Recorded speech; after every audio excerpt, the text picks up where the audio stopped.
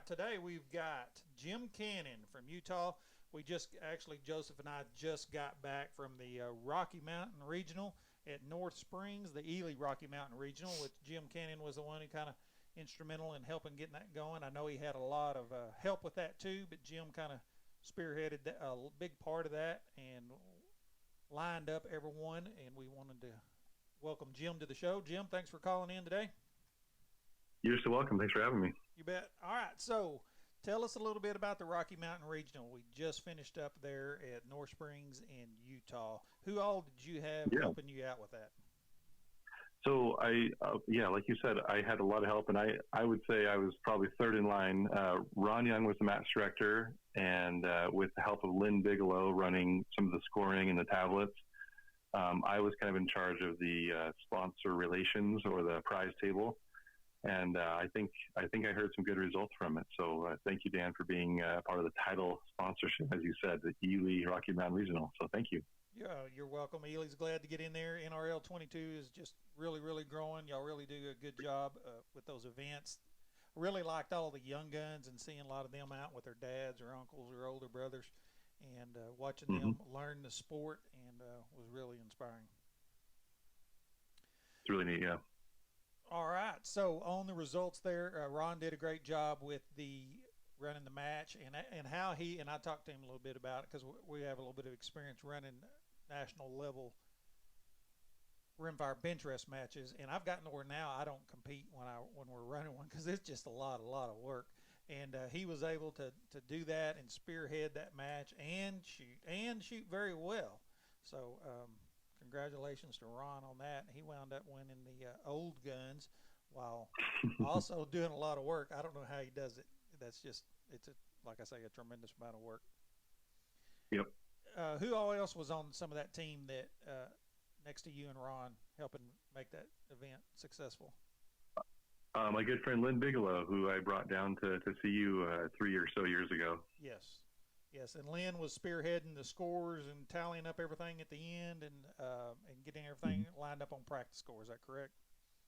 That's correct. Yeah, and he stepped up in a big way too. As you know, I couldn't make it at the last minute, and I handed off him several $1,000s worth of prizes and certificates, and I kind of helped, give him instruction and things. But he really took care of my job at the last minute there. I wanted to thank him publicly for doing that. Yeah, no, Lynn did a good job helping get everything going there, and thank you so much for all your work, Lynn, helping make that successful. All right, so on ended up being what was it, 98 competitors, which is 98, yeah, we had 117 signed up. 98 showed up. Various reasons people couldn't make it. I think I did hear that there was a woman who was sick and had three kids that were going to come. So a single mom and her three kids. That was, it's always a sight to see that, of course.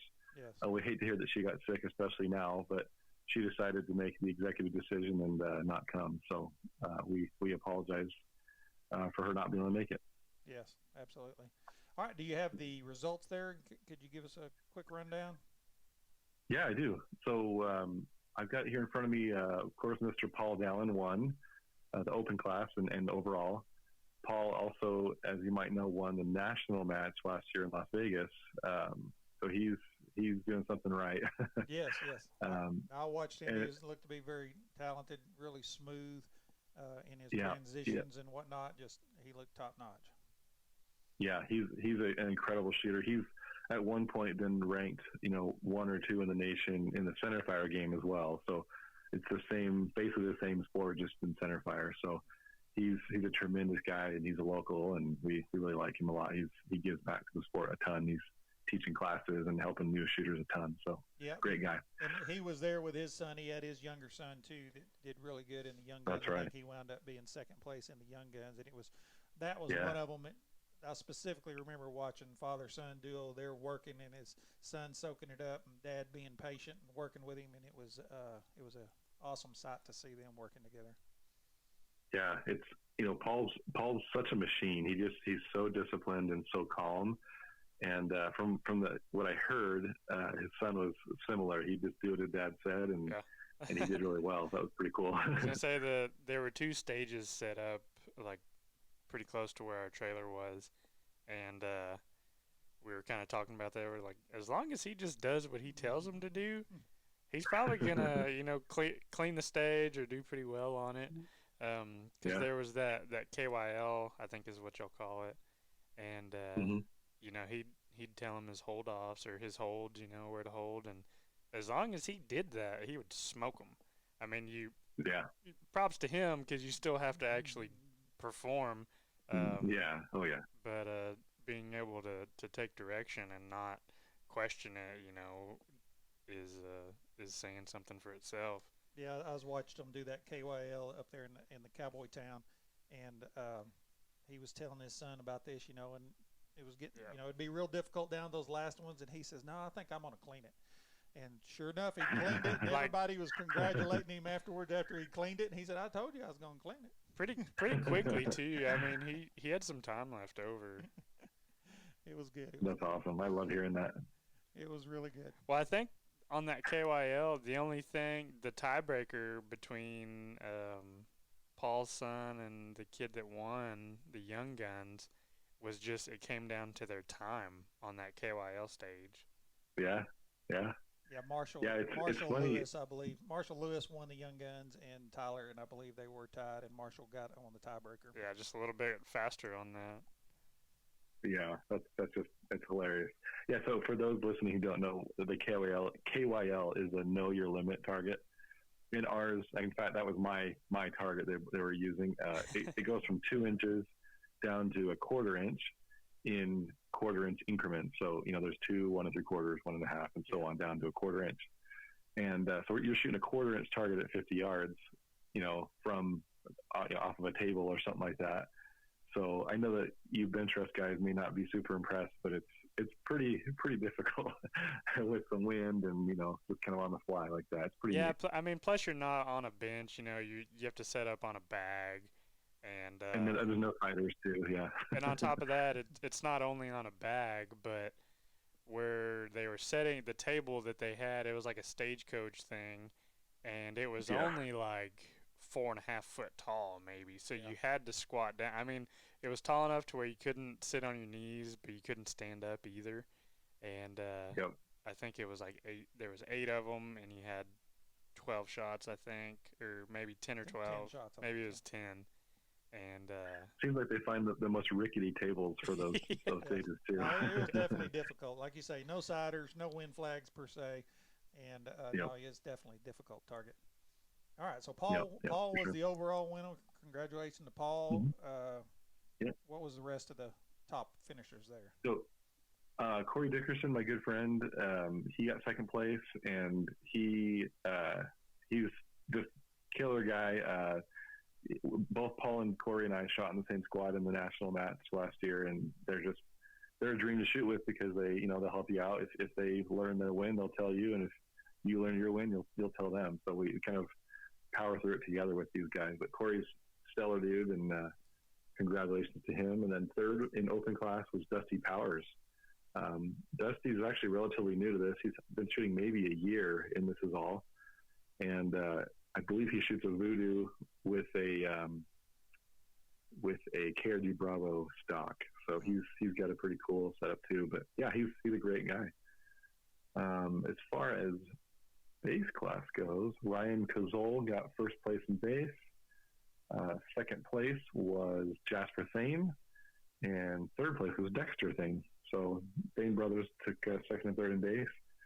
And then Ron Young, the master director, took fourth place overall, but first place in the Old Guns. Old Guns is determined by your age. It's 65 and over. And then Alan Griffith, good friend of mine, took 10th overall and second in Old Guns. And then our good friend Lynn Bigelow rounded up Old Guns in third, and he was 46th overall. And then ladies, you might see a name toward the top. In fifth place, Hunter Dean got fifth overall, fourth in the open. His wife, Lindsay Dean, got first place in ladies. They are just machines. I recently saw Hunter. He posted a picture of like 4 or 5 barrels that were 6mm centerfire barrels, and he said, "Here's my year of practice and competitions." And then Lindsay jumped on the bandwagon and did the same thing basically. So they're just a total shooting couple. It's pretty amazing to see that. And then, okay, let's see. Second in ladies was Mandy Harris. And then third was Kelly Baxter. And congratulations to them. And then in we didn't do young guns yet, did we? No, we just talked about, we mentioned it. Yeah. So Marshall Lewis got first place in young guns. Tyler Dallin, Paul's son, got second place. And then third place was Quinny Broadbent. The little girl, she's actually been shooting with her dad for years. And I think she's taking some time off, but she's a real up and comer. She's going to be some trouble for us in a little bit.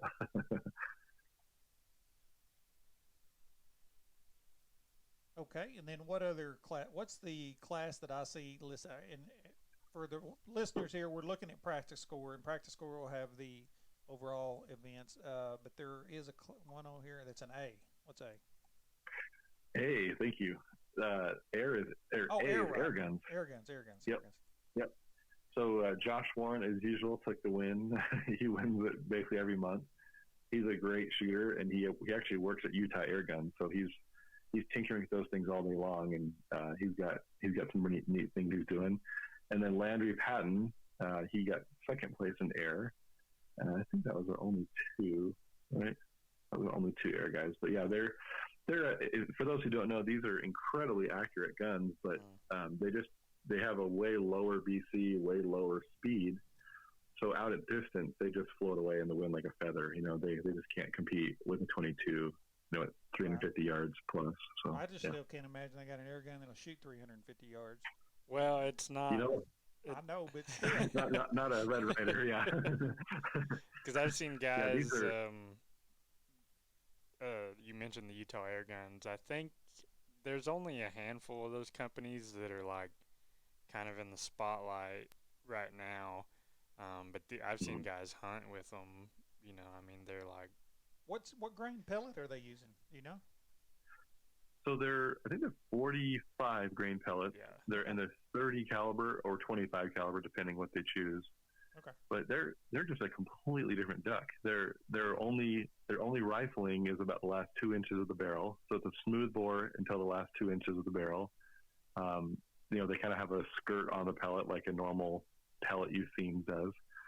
They also can shoot slugs too that are more bullet shaped and they have a higher VC, but that's kind of something that may or may not be in the rules until next season, it sounds like.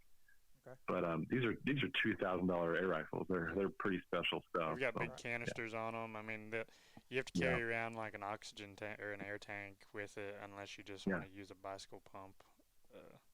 They usually have scuba tanks with them, and they just pump up, you know, between every stage and keep the pressure the same. All right, cool. All right, well, congratulations to all those winners. Congratulations to you, Jim, on getting that together and helping get that going. And it was good. We look forward to hopefully going to get back again next year. And hopefully next year it'll be probably back in March again, maybe. Yeah, well, assuming we don't have a COVID-20, yeah. That's right. Hopefully not. And I've got to add something too. I like I said, I didn't make it, but we had a ton of reports back at how gracious you, Dan, and Joseph were in Ely. As a title sponsor, we obviously expect a ton, but you guys knocked it out of the park. You guys gave away a lot of ammo to these winners. And then I heard one of the surprises that all the young guns took home a brick of the precision bench rest as well. Is that right? Yep. Yes, we were able to do that. We just wanted to support the junior shooters and make sure everybody got something. So it was cool watching them. Yeah, for those listening too, you guys basically gave all the young gun shooters $100 worth of ammo. That's pretty stellar. So thank you for that. And on behalf of all the shooters that I shoot with, I think that's a pretty big impression. So thank you for doing that. Sure thing. It was our pleasure. Yeah, y'all had on that prize table. There was a bunch pretty of big dollar I was pretty impressed. So good job on that. Well, and I got to say, I've seen a lot of prize tables. I'm not saying I had the best one by a mile even at all, but I've seen matches where guys get 50th place and they take home, you know, a $500 prize. So think of the money on that table. It's just unreal. Yep. But I think that I contacted companies that wanted to support the NRL 22, and This is a kind of weird match because it's actually an unofficial regional match because the first season of NRL 22 in 2017 or 2018 season, they didn't really have. They had a regional, but they didn't have a ton of people signed up yet, and so we had kind of a small regional that I ran at my range in Springville, Utah. I think we had 63 or so shooters, and then the national match had 69 shooters or something like that. So we just didn't have the numbers, especially out of Utah. Utah's kind of an oddity, but they decided to scrap the regionals because they just decided that it wasn't being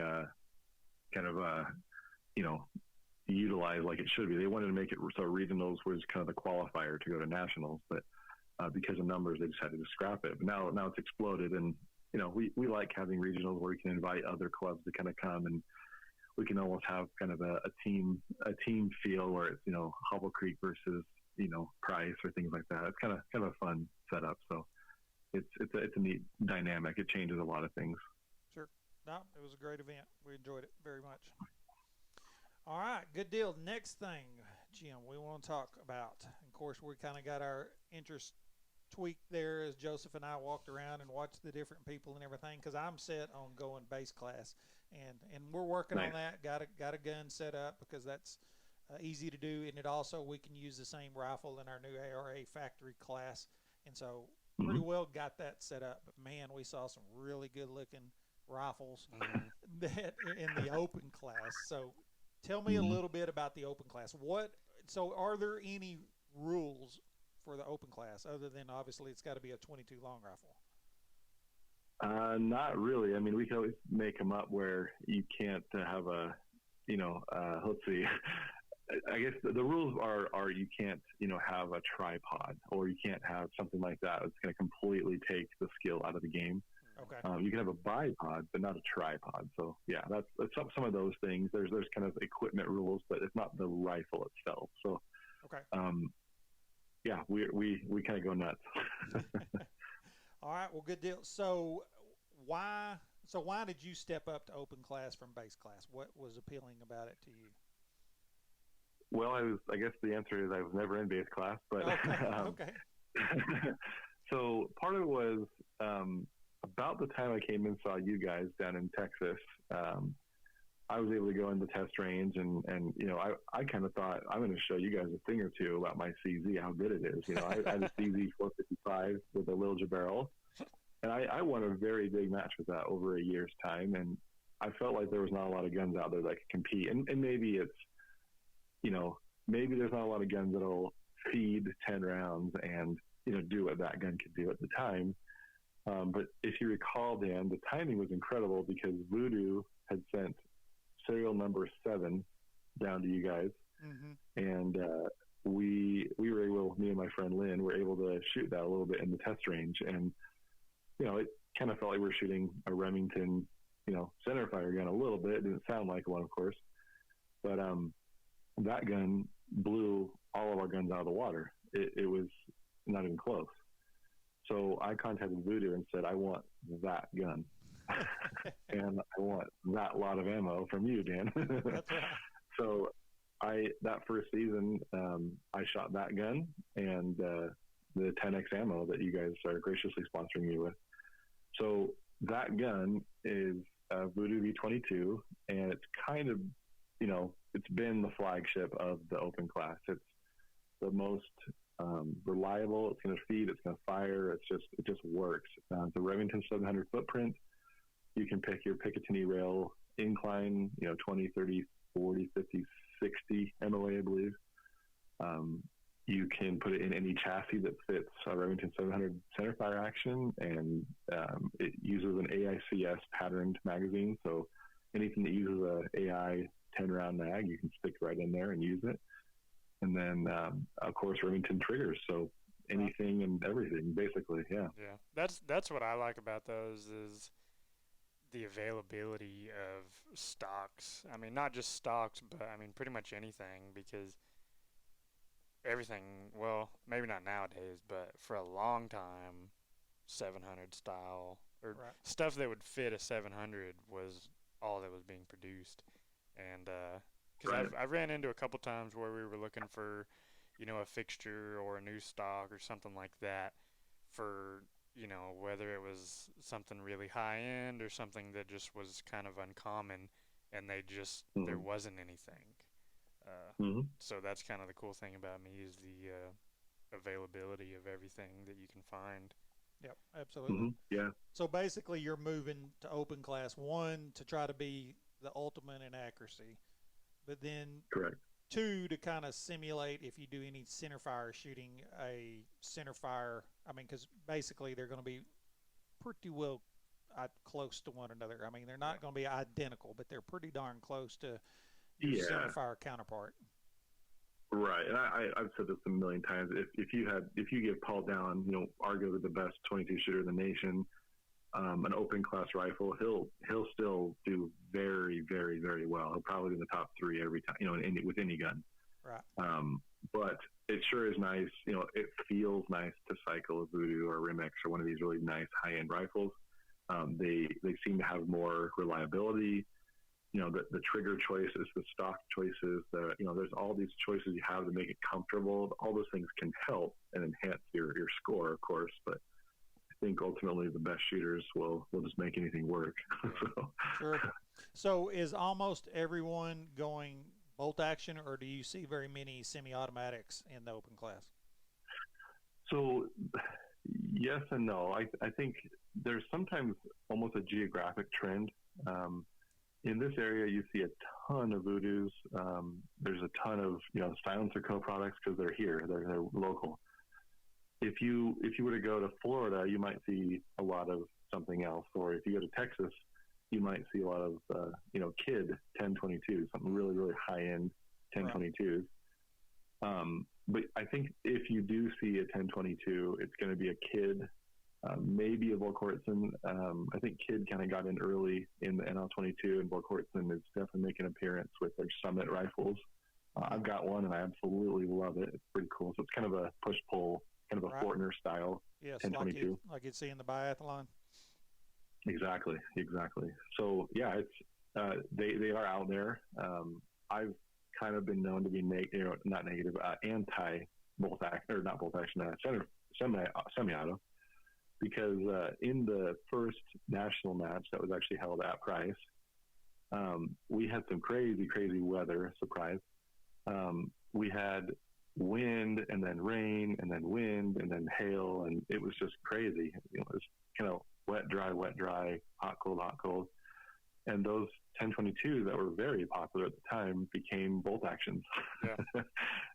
They just wouldn't cycle anymore because just dust was getting everywhere. And that's, if you notice, it's kind of moon dust out there. It's really, really dusty and dry and kind of crazy. So the guys that were used to just going pop, pop, pop were going pop, click, reload, pop, click, reload. And it was really, really dragging their scores down significantly. So I've definitely seen the trend is away from 1022s. And towards something like a Voodoo or a Rim-X or something, top tier like that. Okay. All right. Very good. All right. So we want to build one. We're going to build a bolt gun. What are there any factory actions that maybe we should start with? I mean, because we could. I mean, obviously, if you change the barrel out on a CZ, then now you're in open class, correct? Correct. Yep. Okay. Yeah. Any modifications like that, other than like a cheek rest or threading the barrel, that's going to put you in the open class. And so you may as well, there's guys that have, different triggers in open class or in base class guns, and so they're just barely out of the base class. So I kind of feel like if you're going to go open, go crazy. You might as well. Yeah.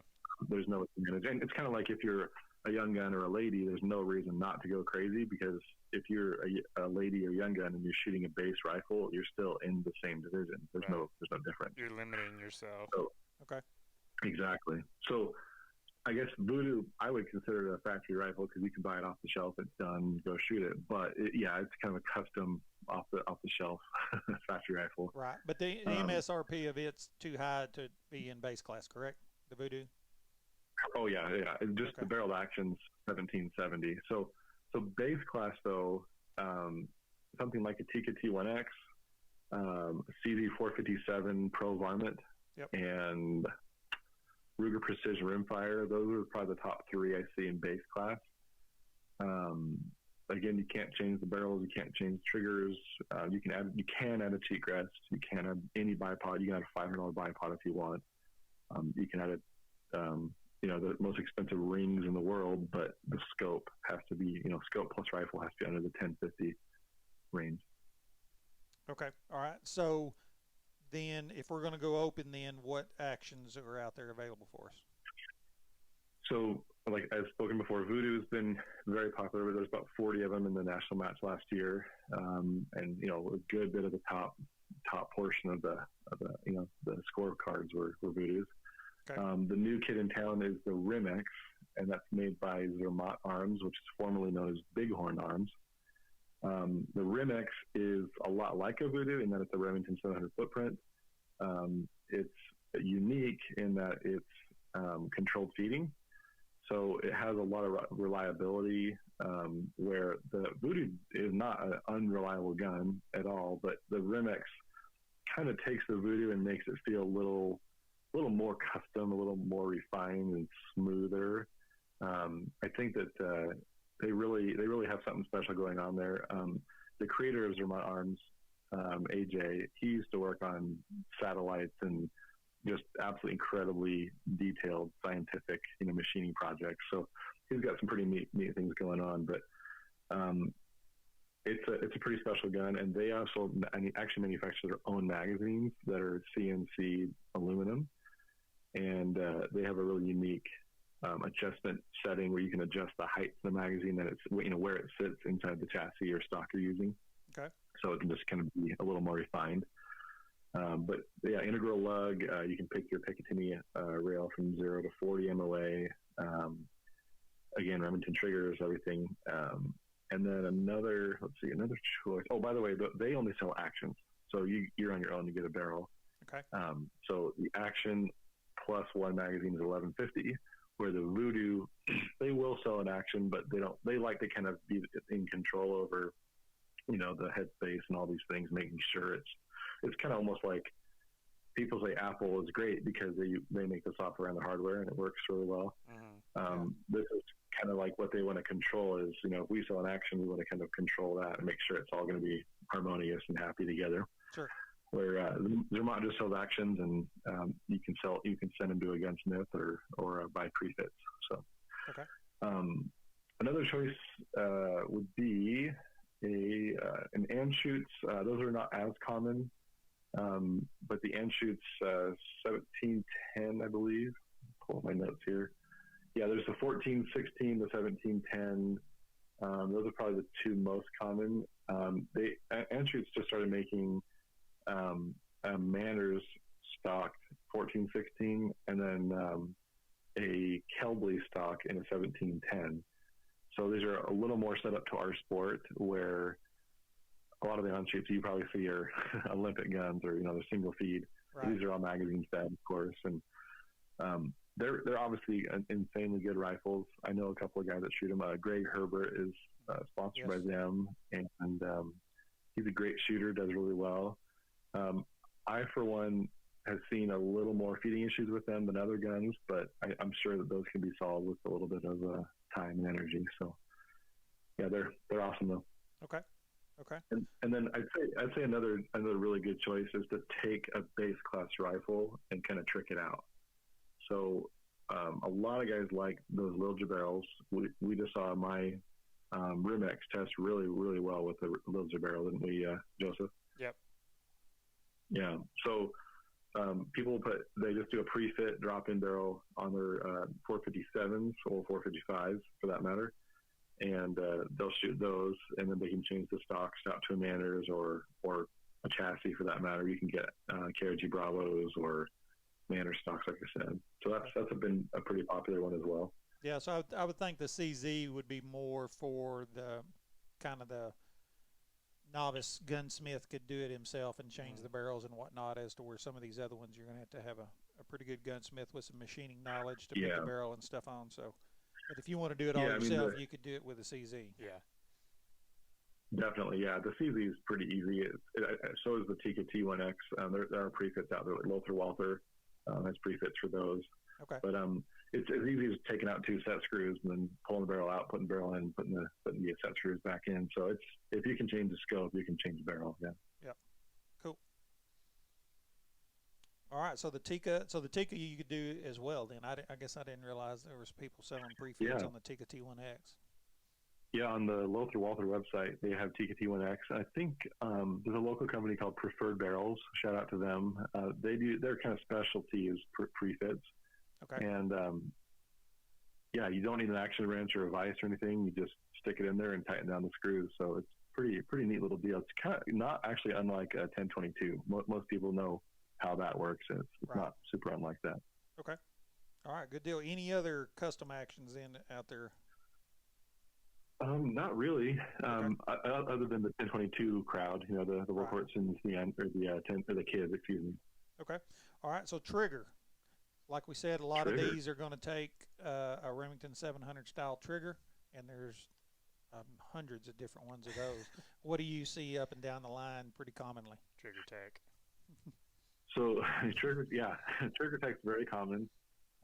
They kind of have branded themselves as like a little bit more reliable jewel.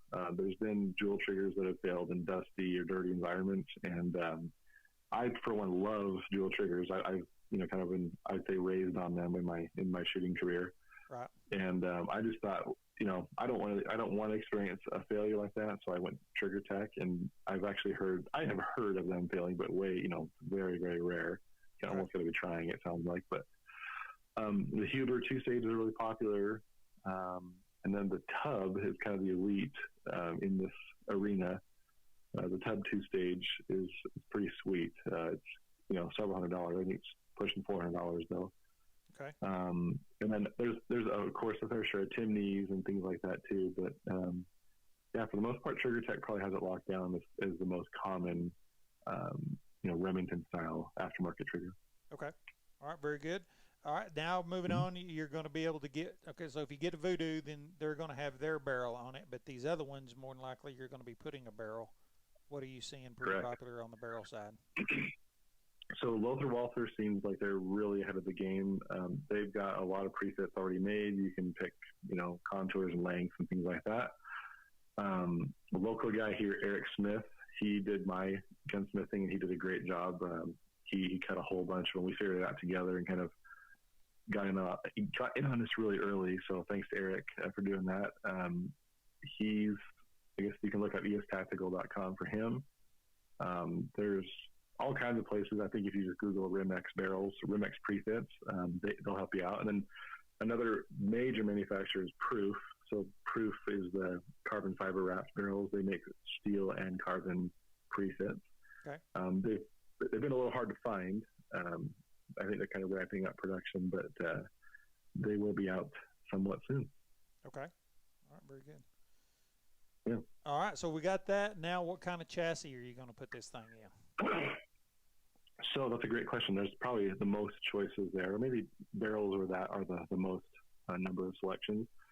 So in mine, I've been running an MDT ACC, and that's the really, really long forend. Has an 18-inch forend with an Arca rail dovetail, so you can slide the bipod from all the way up against the magazine to 18 inches out in front of the magazine. So you have a lot of, I like to call it real estate there. So if there's a barricade or something like that, you want to get the bipod out of the way, slide it forward, or if there's something that's like a little stool that you have to shoot off of, you can slide it back and still use the bipod. So I like that a lot because it just makes it so you have a lot of room, or you can utilize less or more. So that's been popular. It's going to range between $1,100 and $1,700 depending on options. A lot of the options are the weights. You can put weights on it to balance it, or to just make it real heavy for center fire use and reduce recoil. And you can enable yourself to spot your vapor trail, your trace. That's been really popular. Paul Dallin is on Team XLR, and he shoots the NV Pro JV version. So Jake Vibert is another one of the greats in the centerfire world, and he collaborated with XLR to make a really special version. So it has kind of a night vision rail, so you can rest your hand on top over the barrel, so you're not touching the barrel itself. There's weights that can be added. There's an extended Arca rail on it. There's weights in the rear. There's weights in this kind of a buffer tube in the back to kind of reduce that recoil too. There's thumb shelf, kind of like how the pistols have those gas pedals. Yeah. It's a pretty extreme, pretty neat chassis. I actually just made an order for one myself to try. A really common one too, Dusty Powers, third place overall, shoots the KRG Bravo, which I love. These are $350 chassis that they just rock. They're awesome. So they're $350. They're kind of an aluminum spine, and then they kind of wrapped in a injection molded plastic outer shell kind of. So you've got all the rigidity of the aluminum underneath, and all the bedding blocks and things like that, and then you've got kind of a more comfortable, it's not freezing cold in a cold day type of material. Right. We've experienced a lot of those cold ones, but that one's great because you can add accessories. You can add Arca Swift to it. You can add spigot mount that extends out where the bipod is. You can even do an aluminum kind of an enclosed fore end on it to make it more traditional and kind of heavier in the front if you want to. But that base price of $350 is a tremendous price for what it is, and you can get it in the CZ, a Tikka, a Remington, Savage. You can get it in a ton of different inlets too. So that's a really cool option for the money. And like I just said, Dusty Powers, he's shooting a Voodoo barrel action for $1,770 and put it in a $350 stock, and he's kicking butt. Right. Pretty neat. Yes. There's several others too. I could go on all day, but I think Manners is another one that people love. You're going to have to probably run that on a Voodoo or a CZ only, and then I would prefer what they call a mini chassis system. It's kind of a big aluminum block inside their stocks, so that all the bottom metal and everything is lined up perfectly. So you don't need to worry about bedding it too much or too little, and making the action too high for the magazine and things like that. So it's a pretty cool little setup there. Pretty neat. Cool. All right, sounds good. All right, so we get the chassis figured out. The next thing I guess we're going to have then is a good bipod. And we saw all kinds of bipods out there as well. So the most common entry bipod, I'd say, is a Harris, and not all Harrises are the same, as I'm sure you guys know. The I guess it's SBRM or BRMS, depending on how you say it, but it's a bench rest model, which means it has the notched legs. So instead of having to tighten that little screw that kind of pinches it down on the leg and lock it where it is, you can just push the button that releases the leg, and then it locks. There's these little kind of like notched legs, so you can just notch it here or here or here, and there's no reason to have to tighten it down and have it flip when you're shooting, and that's just a mess. But the notched legs, and then there's a swivel on it, so it's not a pan where you're looking left and right. It's a swivel like you're rolling in an airplane or rolling a rolling pin. It just tilts. And the reason for that is Okay. Yes. So the reason for that is because we don't always shoot on level concrete benches, as you might have noticed. Right. We shoot on hills or rocks or logs or, wire spools. There's all kinds of weird stuff we shoot from. So it's not always level surface. So that swivel really helps get your level correct, because you, of course, have a bubble on your scope that will help you get that level. Yeah.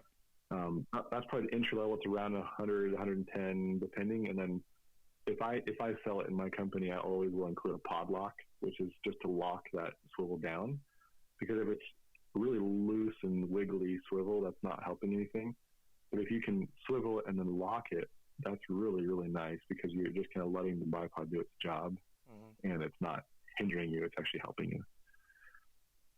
And then the next one up, probably there's a lot, but I'll skip a couple. The next one is an Atlas, and those are between $220 to $340, depending on options and things like that. Some companies have made adapters for those, so you can use, I guess this goes for almost all, but Harris and Atlas and others, you can run a Picatinny rail attachment or the standard, swivel like the Harris has. Or you can also run an Arca Swiss mount. So you can run on something like that ACC chassis that's got a little long Arca rail. The third one I'll mention is Evo. They're a local company, Modular Evolutions, and theirs is about 320 through 30, depending. They have carbon fiber legs. They're a lot like an Atlas, but they have carbon fiber legs, and the legs are removable, so you can actually put different length legs on it. So you could theoretically put on legs that are 24 inches long and sit and shoot really, really comfortably. Like, say you're going to go get coyotes or something like that, you could sit and shoot like that with a bipod that's real long. Or you can snap those off and put on 7 to 10 inch ones and shoot prone or on a bench. Okay. So I like those a lot because it's really modular, hence the name Modular Evolution. And then the third one that's getting really popular is the SkyPod, and MDT is the new manufacturer of those. They sell those, and they're about $550.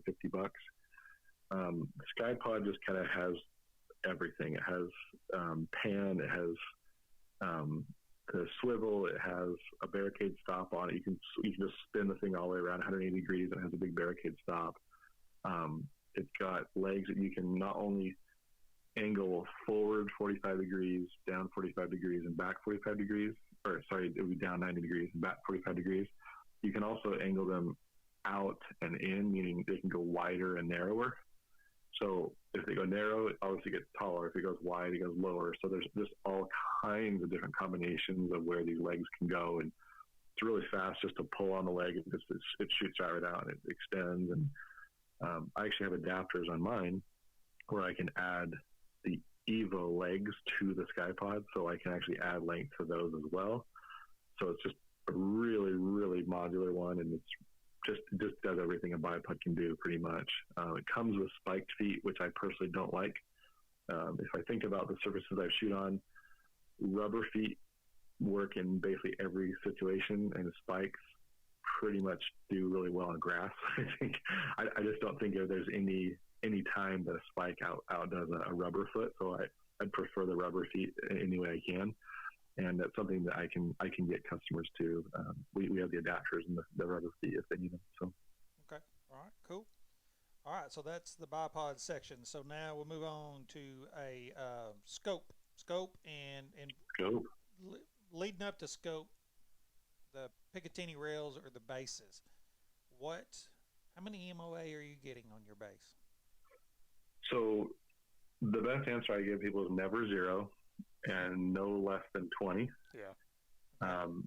I would, because really the way I describe it to people that don't kind of get why is your scope has a range, and let's say it's 1 to 100 or something like that. We're just saying round numbers here. You don't want to give your scope the ability to adjust between 50 and 100. You want to give your scope the ability to adjust from, say, 20 to 100 because it's just more room. So having a canted or angled base is just utilizing more of your scope's potential adjustment. Yes. So there is such a thing as going too much. Like Voodoo sells a 60, but if your scope's if your scope's total range is 80, you're shooting yourself in the foot because you won't be able to zero it. at least where you want to do it. You can zero it at some distance, but it's going to be a very long distance. So I personally have 30 MOA on mine because I also run scopes that have a tremendous amount of adjustment. So I don't feel like I need the 60. I don't shoot 600 yards all that often with my 22. People do, but it's not my game. It's not my sport. So I'm happy with the 30. But yeah, I think the rule of thumb is 30-ish is a sweet spot for just everybody in the NRL 22 game. There is rimfire extreme long range competitions where you literally shoot 600 yards or 650. Guys have done further, but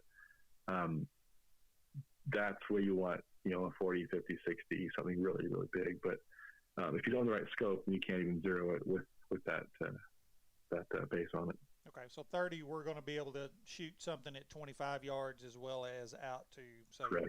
400 yards. Correct. Yeah, you'll probably top out in the 300 to 400 range. Yeah. Okay.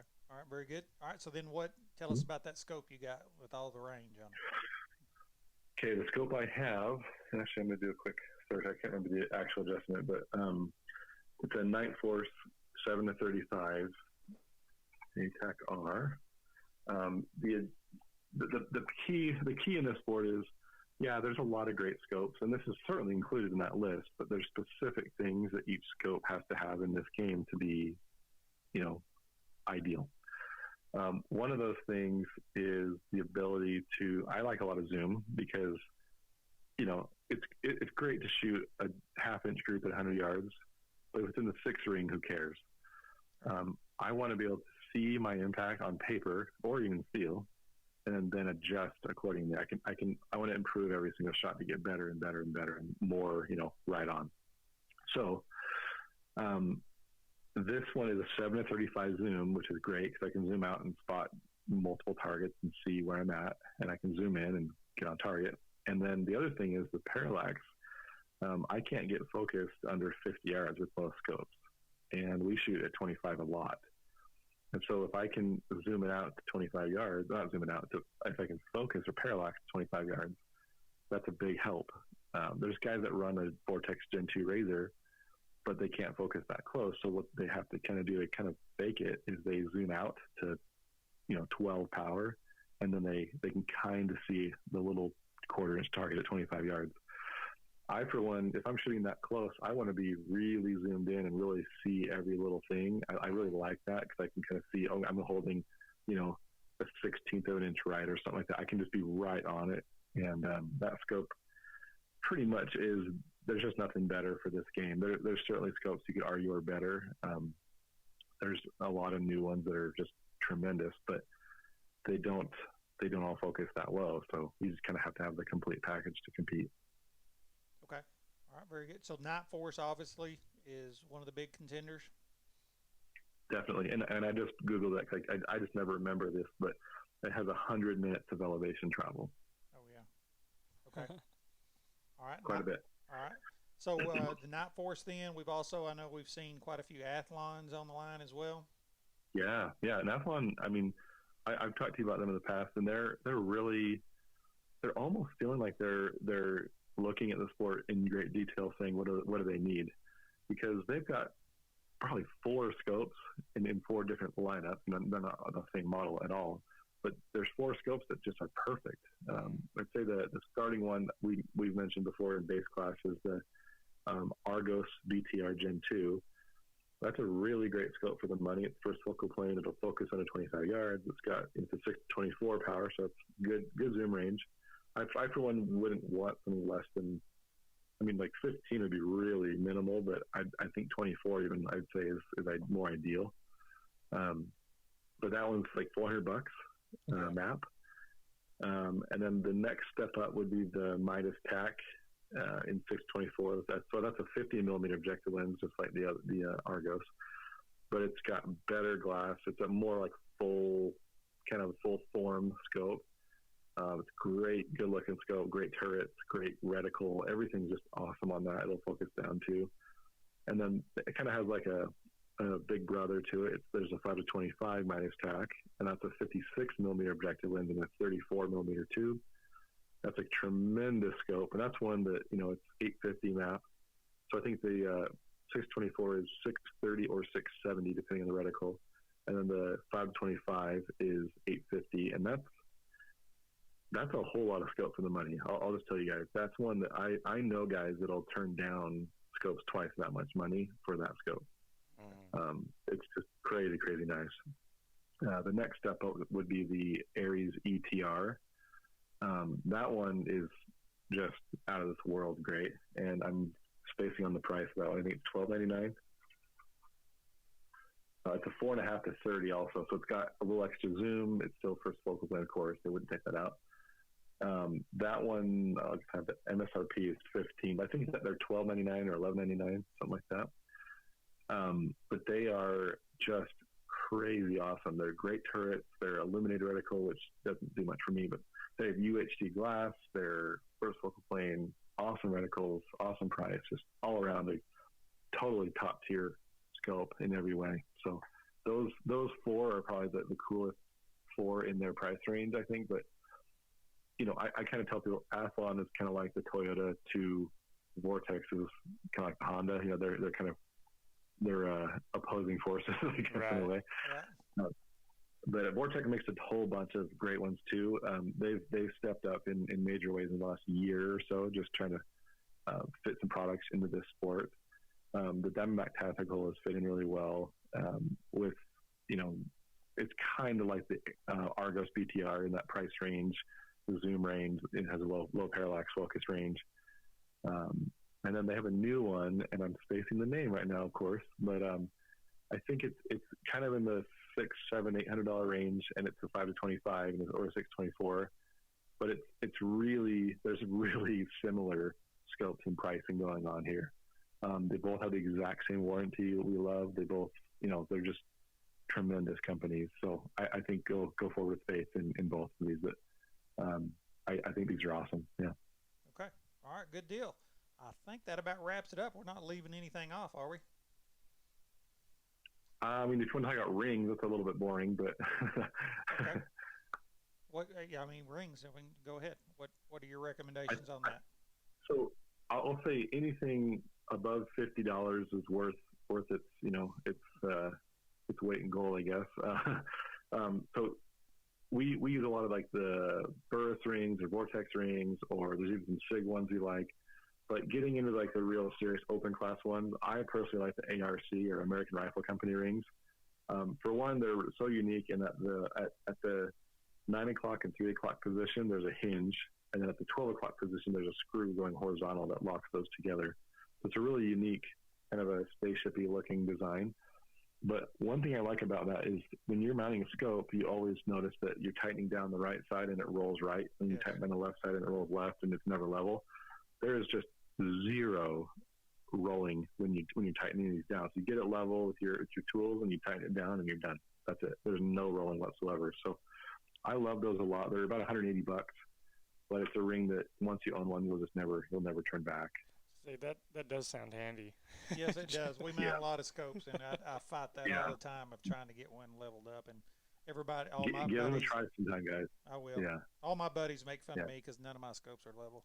But I always tell them I'm just aiming at the dot. It don't matter to me. The dot doesn't move, right? The dot's still in the center. But that's for bench rest. That's totally different. So yeah, for sure. Yeah, you're not holding over anything. That's right. All right, good deal. That sounds like fun. We're going to have to get together and see what all of this we can get through and build us up one, Joseph. Build the ultimate rifle. Yeah, build the ultimate NRL 22. I can't wait. But that's the thing is there's probably about only 100 different ways, combinations that you can build and be the ultimate for somebody.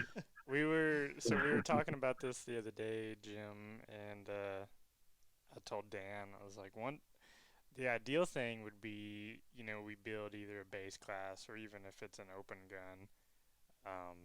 And if we can just get good at this, like just perform like halfway decent and then just sell it, like just sell the whole thing as a whole package. Yeah.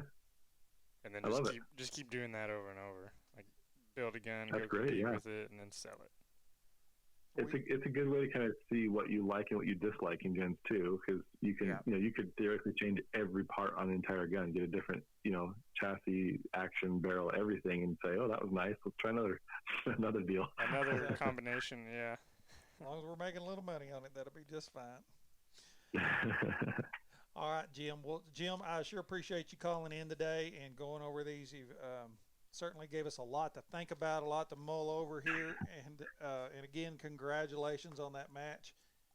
Y'all really pulled it off, and we look forward to being part of the one next year too. Yeah, we'd love to have you. Absolutely. Okay. All right. Very good, Jim. We sure appreciate you, and we will talk to you again here real soon. Okay. Okay. Thank you. All right. Thank you. Have a good day.